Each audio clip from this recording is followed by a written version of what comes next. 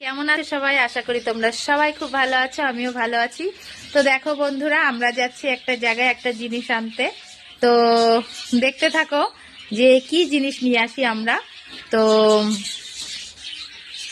যাচ্ছি আমি সেই জিনিসটা আনতে, তারপরে দেখা হচ্ছে। ঠিক আছে বন্ধুরা, দেখো এই যে আমার বাহন, আমি এই সাইকেলে করে এখন যাব। তো যাই হোক বন্ধুরা, এরপরে দেখাচ্ছি। দেখো বন্ধুরা, আমরা চলেছি। দেখো আমাদের বাড়ি থেকে বেরিয়ে গিয়েছি। তো সাইড দিয়ে দেখো চারিদিকের দৃশ্য আমি দেখাতে দেখাতে যাচ্ছি। আসলে আমি সাইকেল চালাচ্ছিলাম আর পুচকোটাকে পিছনে বসিয়ে বললাম যে এইভাবে একটু ছবিগুলো নিতে। তো এটা আমাদের একটা কাকার বাড়ি। তো দেখো রাস্তা দিয়ে যাচ্ছি, চারিদিকে ঘর বাড়িগুলো সব দৃশ্যমান।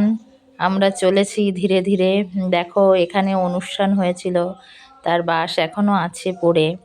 আর এই যে আমরা রাস্তা দিয়ে চলেছি দুজনে। দেখো আমি সাইকেল চালাচ্ছি আর আমার বাবু দেখো ক্যামেরা ধরছে। দেখো এখানে একটা পুকুর, অনেকটা দূরে চলে এসেছি আমরা বন্ধুরা আমাদের বাড়ি থেকে। তো অল্প অল্প করে একটু একটু করে শট নিতে বলছিলাম ওকে। তো দেখো আমরা চলে এসেছি একদম পুরো শেষে। এরপরে শুধু জমি জমি, বিল খাল এইসব এরপরে দেখো। তো আমি আমার সাইকেলটাকে নামিয়ে এবার যাব সেই বাড়িটায় যেখান থেকে আমরা আনতে যাব জিনিসটি।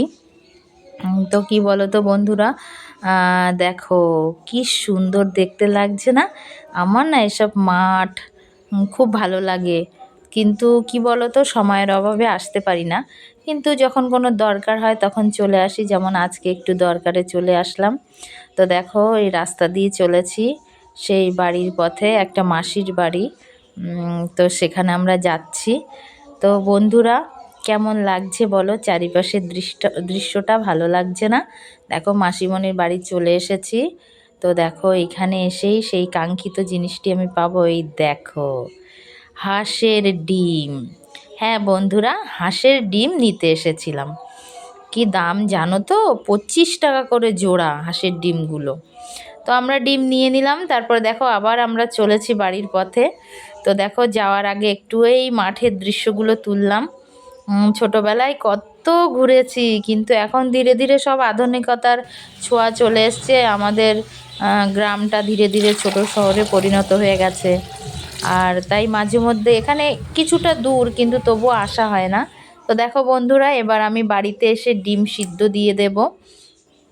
তো সকালবেলায় গিয়েছিলাম আর এখন দেখো ডিম সিদ্ধ দিয়ে দিয়েছি। এরপর আমি রান্না বসিয়ে দিয়েছি বন্ধুরা। ছোট ছোট আলু ছিল, সেগুলো হালকা সিদ্ধ করে নিয়েছি। আর দেখো ডিম ভেজে আলু দিয়ে এখন রান্না করব। এবার বলো তো বন্ধুরা, তোমরা কেউ হাঁসের ডিম খাও? অনেকেই কিন্তু খায় না। আমার কিন্তু হাঁসের ডিমটা ভালো লাগে, কারণ অন্য কোনো ডিম আর খাই না। এমনি তো মাংস খাওয়া ছেড়ে দিয়েছি অনেক আগে, আর পোলট্রি মুরগির ডিমটাও ছেড়ে দিয়েছি খাওয়া। এবার সবসময় তো আর হাঁসের ডিম পাওয়া যায় না, হয়তো 9 মাসে 6 মাসে একদিন পেলাম। তো আজ পেয়েছি। তো আজ দেখো বন্ধুরা রান্না করছি ছোট ছোট আলু দিয়ে হাঁসের ডিম।